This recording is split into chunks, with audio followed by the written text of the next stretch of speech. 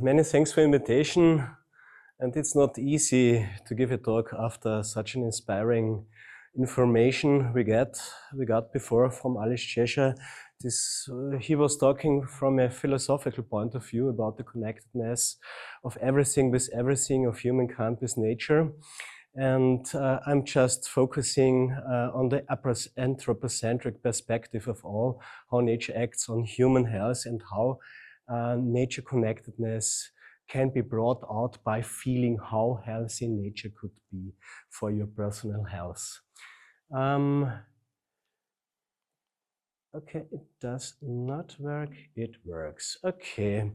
In the early 20th century, in 2000, the whole DNA of us human was sequenced, and the medical field thought this was the end of the story. Nothing new happens. And after that, the transcriptome, the proteome, the metabolome, the microbiome, the epigenome was detected, and it was feasible to produce big data. The computers got better and better, and we are now in those last state. This is the interconnectedness of everything, with everything over time, from the past to the future. And we are just part of this exposome. We are the humankind, and we lived, and in say 1 million years we are not here anymore, but it does not depend. So this is the exposome, and this exposome is everything and all environmental exposures in one person's lifetime, before birth, during your life. It's biological, it's social, as we heard today. We are all social connected individuals, and it's biological. And it's inside and it's outside. It's the environment acting on our gut microbiome. It's the environment acting on the way we think about the environment and so on. It's the connectedness of everything. This is here a little graph showing that it starts before we're getting born. It's the first 6 years of life. This is called, from an immunological point of view, the window of opportunity, and our health fate is decided in these first 6 years, and these are very, very important years. Then there is the stressful lifetime, the workability, everything we have to do. We have to be here giving a congress or giving a talk at the congress. This is the stressful life events, and then we get older and older, and at the end there is the palliative care and maybe a good death. And during this lifespan we are always dealing with the environment from this negative pollutional point of view. We get infections, we have good or not good biological food available, we have a good social network, a good bar, and we are living in an urban, a green or an alpine environment. Our personal lifestyle is also deciding. We're smokers, we're non-smokers, we drink too much alcohol or not. And everything over the lifespan, and the climate change is here on the long axis, acts on our health and well-being, and brings cardiovascular diseases as the death toll #1. It gives you cancer or not cancer, or the respiratory diseases. COPD is the third most prominent cause of death in the whole world.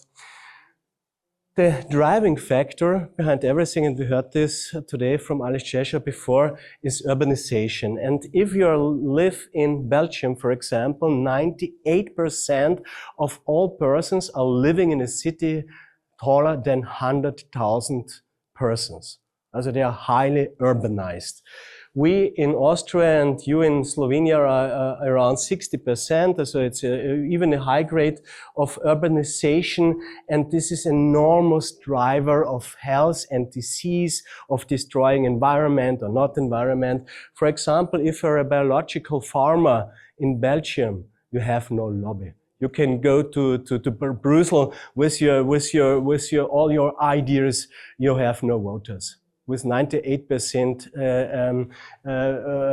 urban dwellers, they are not any longer connected to nature, and this is a big problem. In Austria, it's a tremendous urbanization. For example, Vienna growth from 2015 to today by the size of Graz, the biggest city by the size of the second biggest city. When I was born, there were 4.6 million Austrians. We are now 9.3. Also this is tremendous, and this puts a lot of pressure on our healthcare system, on our economy, and so on. Also this is a very big factor. Driving force behind health and disease is particulate matter, fine dust, and this is the loss of life months due to particulate matter 2.5, PM 2.5. And you see here between Torino, Milano, Verona, Padua, and Venezia, you lose 3 years of life just by living in that region because of the fine dust and the high industrialization. And here the Alpine ridge is like a green island in a sea of fine dust. And this is where we have the chance to live. Here is Slovenia, and you see we're in the lucky situation between the higher urbanized megapoles. For example, Milano is that big than all Austria. Just the city of Milano. Also, fantastic. These are pictures. I work a lot in Milano, and this is from the 22nd of December last year, Berlin and Milano, and you can really smell the smog. So, in conjunction with noise, there is a negative synergistic effect of noise and air pollution. These are cardiovascular diseases, insomnia, nervousness, stress, and so on. It's not healthy, this is sure. What is really fascinating, this very high rate and this high incidence of psychiatric diseases is strongly associated with urban upgrowing and urban living. For example, a man in a city has a 190% higher chance to get the schizophrenia than a man in a region or in a more natural environment. This is an old effect. This is long known in the field of medicine. It's called urbanity effect or urban penalty, and urban living is also in terms of depression not. Okay, I'm very sorry. This is what I meant, but I have no idea. Okay, well. These new urban penalties, and here is an overview. It's altered leisure behavior. It's this obesity, diabetes, flu. It's the physical inactivity. It's the chronic low back pain. It's stress and mental disorders, and of course, it's the altered microbiome, the loss of old friends, the loss of old microbial friends, and this leads to that what we all know. We reached a very interesting point in the history of mankind. This was 2014, and the rate of too thin and underweight and overweight persons got 50-50. For all humankind, this is a very, very important date because to have too less nutrition was the main driver of deaths in the last 1,000 years and longer. And we reached that point, and we get fatter and fatter, and especially the children. And what's really curious, especially in those Mediterranean diet countries, they have very, very high rate of obese and overweight children. We in Austria have 32% fat children below 12 years. This is fascinating, yeah? And it's associated with eating behavior, of leisure behavior in urban communities. And this is also the climate change. They stay inside, they stay in the climate rooms, and therefore, yeah. So, sedentary lifestyle, sitting is the new smoking. It is evident that the national park ranger, for example, who is doing a lot of outdoor physical activity, has a much lower chance of getting sick. And for example, if you sit 11 hours and more per day, you have a 40% higher all-cause mortality. So sitting is the new smoking. Now we pull the bad curtain away. This is the curtain of the cities, and we look at the national park Berchtesgaden. It's very nearby I can work, and I'm living just 10 kilometers from that point of view. And it's a very, very small but beautiful protected area in Germany, but on the Austrian border. And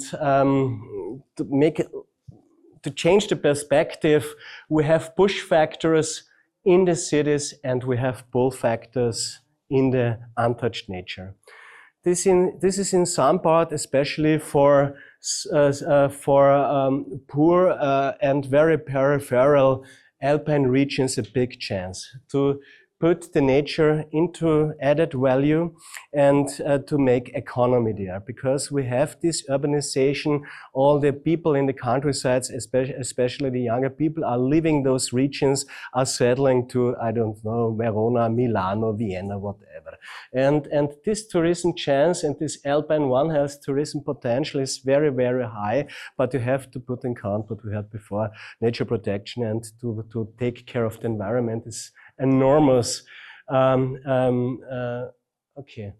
Important. You have these push factors, you have these pull factors, and we are dealing with the medical evidence. If you add everything together, you get then the health tourism potential of a region. Just to give you a theoretical overview before I will start to present you data, is how biodiversity acts on human health and well-being, and this is why immunological stimuli, this is the microbiome thing, this is the rich microbiome of untouched environments, this is also these alpine pastures and this small-scaled alpine farming you have here in Slovenia and we have in Austria. These are all the psychological cues. This is called stress reduction theory or attention restoration theory. Nature is those places where we can very, very efficiently reduce stress. Social connectedness, of course, this nature experience in groups, the physical exercise on uneven ground and on mountains, but it's harm-causing in some diseases, vector diseases like tick-borne diseases are a negative factor of everything. This is a very actual theory. It's called nature-based biopsychosocial resilience theory. We have one very, very successful global researcher. His name is Matthew White, and he is momentarily the star of the scene, dealing with environment and human health interaction. He's working at the University of Vienna, but he's from the UK.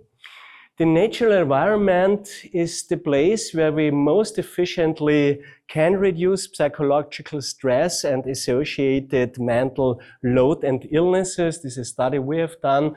We studied whether mountaineers have lower or higher mental load and higher mental illnesses, and we found out that nature users have 40% mental health problems compared to the European whole population that have 38% mental problems.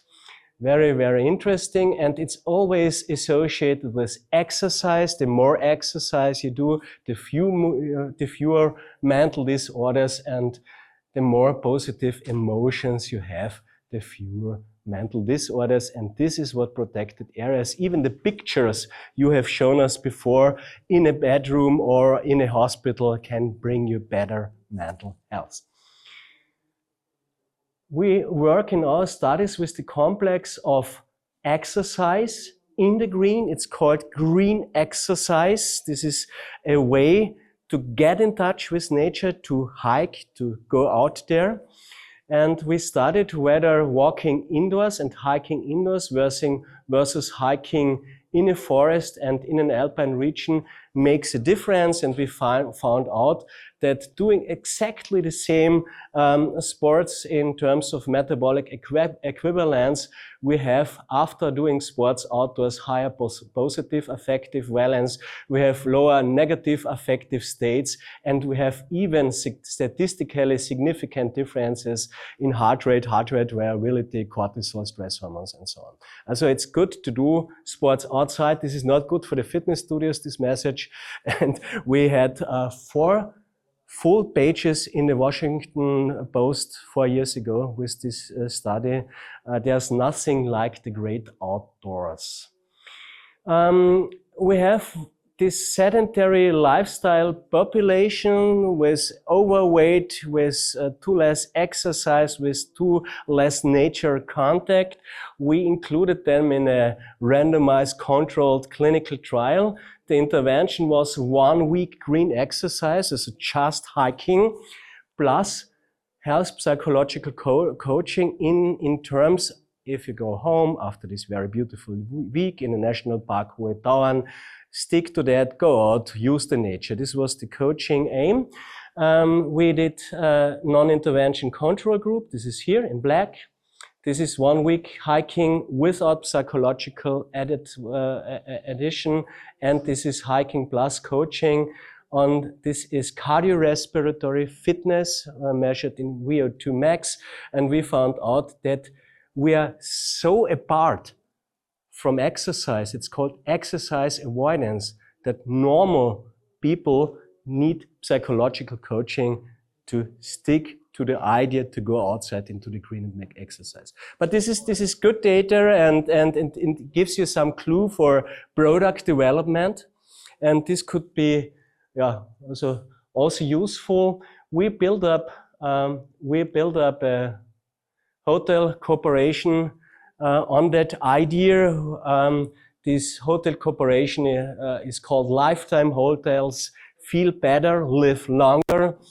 These are 7 hotels in the national, near the national park Hohe Tauern in Salzburg, and they play with that idea, with diet, with psychological coaching and everything. These are the two of the hotel owners. We have a lot of ecology, we have a lot of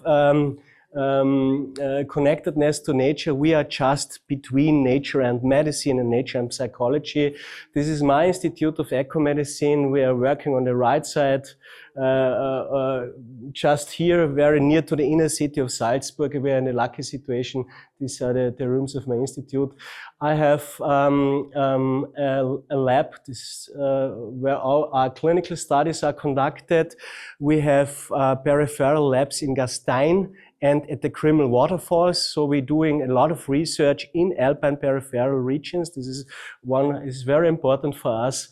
We have a VR physiology lab where we try to produce virtual reality stimuli for those that are not longer able to go out in the great Alpine, and our brand is patients into nature, nature to bedside, nature-based therapies, prevention and rehabilitation. Well, a very funny study conducted not far from here. It was in the Biosphere Reserve Lungau, about, I would say, 120 kilometers to the north. This is a knowledge. This is now 40-year-old farm children have statistically less allergy and asthma. And meanwhile, we know that also diabetes 1, multiple sclerosis, and lupus erythematodes are reduced, having or are growing up in an urban and especially in a cow-associated lifestyle compared to children with less microbiome around. We conducted the other way around. We put urban dwellers that have never contact with agriculture or having a home animal like a dog or a horse or something. And we made an intervention, a 1-week intervention, where they work together with local farmers in a sort of voluntary tourism model. And we measured they have much better cholesterol levels. We have much more reticulocytes, so young erythrocytes, with improvement quality of life, significant improvement of VO2 max. And this is most important, and we can read the publication next year, we have a tremendous change of the nasal microbiome, of all the microbes that then invade your gut microbiome, and there is a strong gut-brain axis. And one hypothesis is if you change this microbiome, your pro-environmental behavior rises. It's just an hypothesis. Well, We did a lot of EU-level projects. Most important now, Life Helps Nature, but we also have a Horizon project. It's called Resonate, where the aim of Resonate is green prescription. This is that the medical doctor can say, go to the National Park Julian Alps and be there just to get healthy. This is a green prescription model. And we also deal a lot with forest therapy, because forest therapy coming from Japan to Germany is a very, very popular way to get in contact with nature, especially in Germany at the moment. Well, this was a forest therapy study we published that mountain hiking and forest mountain hiking is much superior than mindfulness in the forest, even in the parameter mindfulness. And built up on this idea, the tourism agency in Lagundo, this is the neighbor village of Meran in Italy, built up Algund Balance. What I want to show is that the primary message is a health and evidence-based medical message, and from this solid ground you can build up target group and indication-specific health tourism models. This is evidence-based health tourism. There's always the publication first and then the health tourism product afterwards. One of our most successful projects in terms of green prescription are the Grimmel waterfalls. This is the aerosol size of a classical asthma spray, and this is the size of an aerosol particle of a water, very, very small and charged water droplet at this biggest European waterfalls. They have 380 meters free-falling water and with enormous mass and power, and this is called Leonard effect. We have here ionized water, we call this splash ionosol, and you can very, very deeply inhale these small water droplets. And what we found out in clinical studies and series of clinical studies, this acts on allergic asthma and allergy, and this is a green prescription model for 11% of all asthmatic children in Europe. So you can even in Slovenia say, a medical doctor could say, if he knows that, go to Austria, come to the Grimmel waterfalls and inhale this natural environment. We developed a hotel corporation. It's called Hohe Tauern Health. And we created a lot of qualified women's jobs. This is also very interesting, as 11 academic jobs for women in a very, very peripheral Alpine region. Also, there's nothing around, and this is also a job creation. This is in the core zone of the National Park Hohe Tauern. This was a big effort to build an exposition site at this waterfall that not destroys the environment. So this was a big effort, and this is the entrance. It's all made of rocks and natural materials. This exposition site at the waterfalls, and the national park was a strong cooperator in that term, and we are sitting there looking at the waterfall and doing what we are doing. This is an indication-based value chain. We have from the booking, from the entry examination to the accommodation, especially hotel-friendly and allergy-friendly hotels with specialized anti-allergic food. We have the therapy at the waterfall. We offer together in cooperation with the national park hiking and health hiking tours through the National Park Hohe Tauern. We have knowledge transfer, we have relaxation interventions, and we have a medical report at the end. This is a long value chain in Grimmel, and we broadened in the last 3 years, and you can hear the results of these clinical studies on December the 2nd at our university in Salzburg. We broadened this to a new indications called COPD. This is where 22% of all amongst us will surely die. First is heart diseases, then cancer, then COPD. And it is a lung disease because of smoking and bad air and fine dust. It's very prominent all around the world. We conducted the randomized controlled clinical trials to use these existing infrastructures at a waterfall also for a new medical indication, COPD. Well, the guiding principle behind the ideas is this One Health approach. We have shared health threats and we should achieve a better public health outcome. This also has a public health dimension, and this very, very sustainable and target group and small scale evidence-based health tourism may be one part of a bigger One Health idea. I will show you recent data we produced in the Alpine Space Visit Alp Nature. This data was gathered in the National Park Hohe Tauern in the Seebachtal in Malnitz, so very, very close to the Julian Alps. This is a very beautiful mountain, lake and river, and a quite long, 16 kilometers long flat valley, also used for wheelchair. Excuse me. Also used for wheelchair drivers. Oops, sorry. And we measured the effect of just one guided One Health hike. This is a 3 hours hike in the National Park Hohe Tauern. We educated national park rangers how to communicate the idea of the connectedness of everything, of health and environment. And we provided also videos and training material for the national park rangers in the Interreg space, Alpine space, and we also provided the measurement instruments. This is a validated questionnaire given out before and after a guided trail, and this is positive affect. And positive affect is a very strong influencing factor of premature death. If you have always negative affect, you will die sooner than those that have positive affect. It's statistically very, very high significant.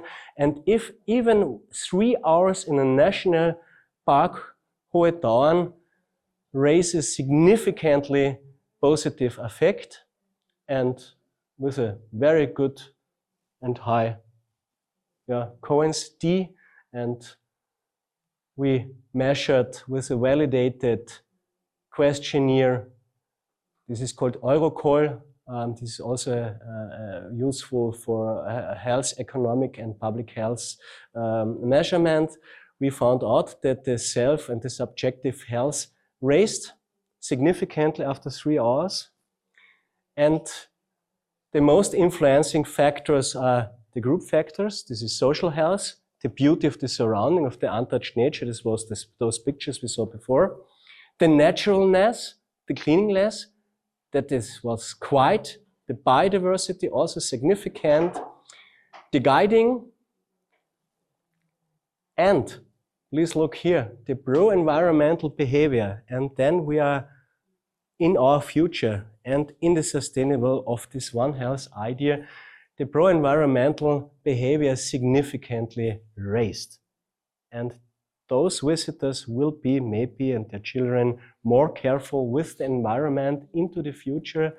The social connectedness is always very, very strong, influencing, and the place attachment grew. You're better attached to those very place, also very important.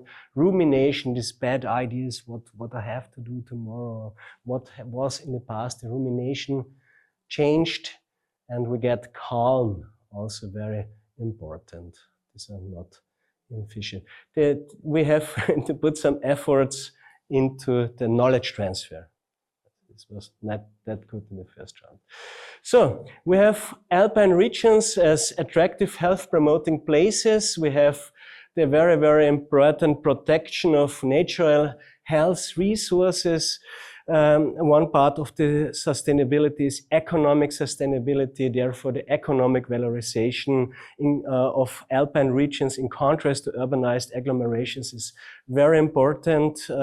We have to put a lot of effort that people also stay in more rural workplaces. For example, 84% of all full farms in Austria closed the last 20 years. 84%. So our small-scaled alpine agriculture goes down in a way, then we lose this cultural ground, then we lose our way of living and so on, you know, all of that, yeah. So this economic valorization is a part of the game, and we can increase awareness, and especially arguing with health is very individual and is very personally, and if this is associated with nature connectedness, it's our goal. A funny idea, we conducted a clinical study where one outcome parameter was relationship quality. And we started with this study with 50 to 65-year-old people, and they stayed 9 days at the mountain region and with some thermal spa accessibility comparable to Bled or Bohinj. It's very, very similar. And we found out that their relationship quality was better over a period of 240 days. Just 9 days of intervention. So make an alpine holiday with your partner, but this works only, and we reproduced it times and times and times in other studies, it works only in above 50 years. And not with younger ones. This is because of sexual biology. This is sexual psychology.